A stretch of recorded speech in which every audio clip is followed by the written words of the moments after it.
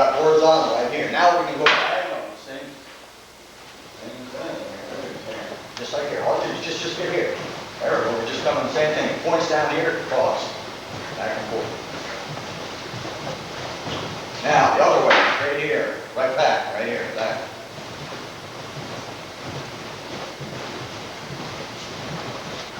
Okay? So now, just like the eight angles of attack. What we're going to do is we'll always have 8 directions and 8 angles of attack, all right?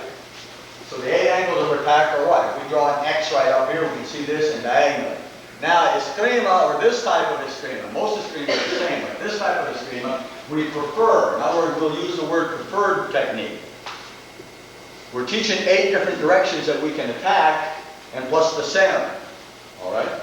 But we're going to emphasize diagonal cuts over horizontal or vertical cuts, all right? If I'm doing a vertical strike here, all he has to do is just move the body sideways, just like here, you see? If I do a horizontal strike to the middle, all he has to do is bend the body, just like here. In other words, if we can't move the leg, we're saying we can't move the legs, okay? Just bend the body here. There we go, a bit more. Yeah, okay? Now, if I go to the legs, all he's got to do is jump up. You see this all the time, right? Just boom. If I go to the head, he ducks. Now I come diagonally, now you move. Even in slow motion, it becomes a little harder, you see? Now you know why we do the diagonal cuts instead of horizontal. Do we eliminate? Of course not. They're just not. They're what? They're not the preferred. Preferred is diagonal. Now, if I hit you with a dog on horizontal and say, wait a minute, you cheated. Oh, I just said the preferred. In other words, most of our blows will be diagonal cuts. We're just moving back over here, right? Just move. There we go, back and forth. There we go. Now, you don't move the legs. We're just moving it out of range here, right? Just like here, okay? Now, what we're going to do is, this left hand is used for parrying, blocking. It's also used for protecting, right here, all right? So now, what we're going to do is, we're going to go right here, all right? So now, you're thrusting here. You just move slowly. Yeah, there you go. Just like here. I parry right here, I counter. Now, you move back. That gives you time. Gives you time to react, right? You're pulling away from the blow. Now, you block with your left hand as you move back. There we go. That's pulling you out of range, you see? Right now, you stab here. I'm within range here, right? So what you do is you're jabbing toward me, and I'm pulling away. So as you move in, you see, I'm making it a little harder for you. See what I'm talking about? And then at the same time, I parry here, then I come back. There. So the drill, now how we can block. If you're coming over here, watch. I can block here, you push down. If you come to the middle, okay, we'll move back. Now you come here to chest. I'm going to push over here, right? Now I come over there, you see? So I can parry here, left here, or across here. Either way, right? Here or here. Now, everybody says, well, this is a blade. What if I cut my hand? Okay, number one is, the man is trying to kill me. The first rule that my teacher says, when you play with knives, you're going to be cut. So understand that when you're playing with knives, you're going to be cut. Okay, so I understand. Age 8, I understand I'm going to be cut.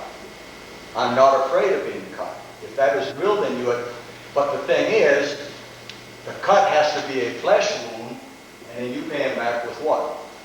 A killing blow. Right? Killing blow is what? If I get you in the heart, almost instant death. The reason I say almost 100% instant death is because there's documented cases of 1 or 2 guys that what? When they get the word, they don't die. Right? There was an operation just recently where a guy got a bullet out of a guy's heart, right? I'm just saying. 10% of the time, instant death, right?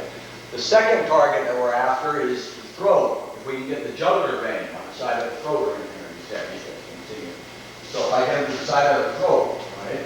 So then, again, he's almost in. It takes maybe 5 seconds to 10 seconds, 15 seconds, depending on how well I do it. If I chop off the whole head, instant death again, right? The stomach area is our major target. If I take a blade and I thrust it in here, if I thrust it in here, anybody have a hernia? You know what a hernia is? It's just separating, muscle separation, and your intestines are trying to what? They're trying to come out, but you've got all that skin. Well, if I stab you and I go in here and I break within a blade, what's going to happen with that pressure? In other words, instead of having a hernia, your intestines are going to start falling out, right? So now, to ensure that you don't just hit it like here and then a little of the intestines come out, rip that whole thing open so that everything slides out. So you're trying to make the cavity as large as possible. It's very hard for him to concentrate on fighting you when his intestines are sliding and he's slipping and sliding on his ground. I told you this is not a sport. I did not teach this as a sport. I never learned it as a sport. All right?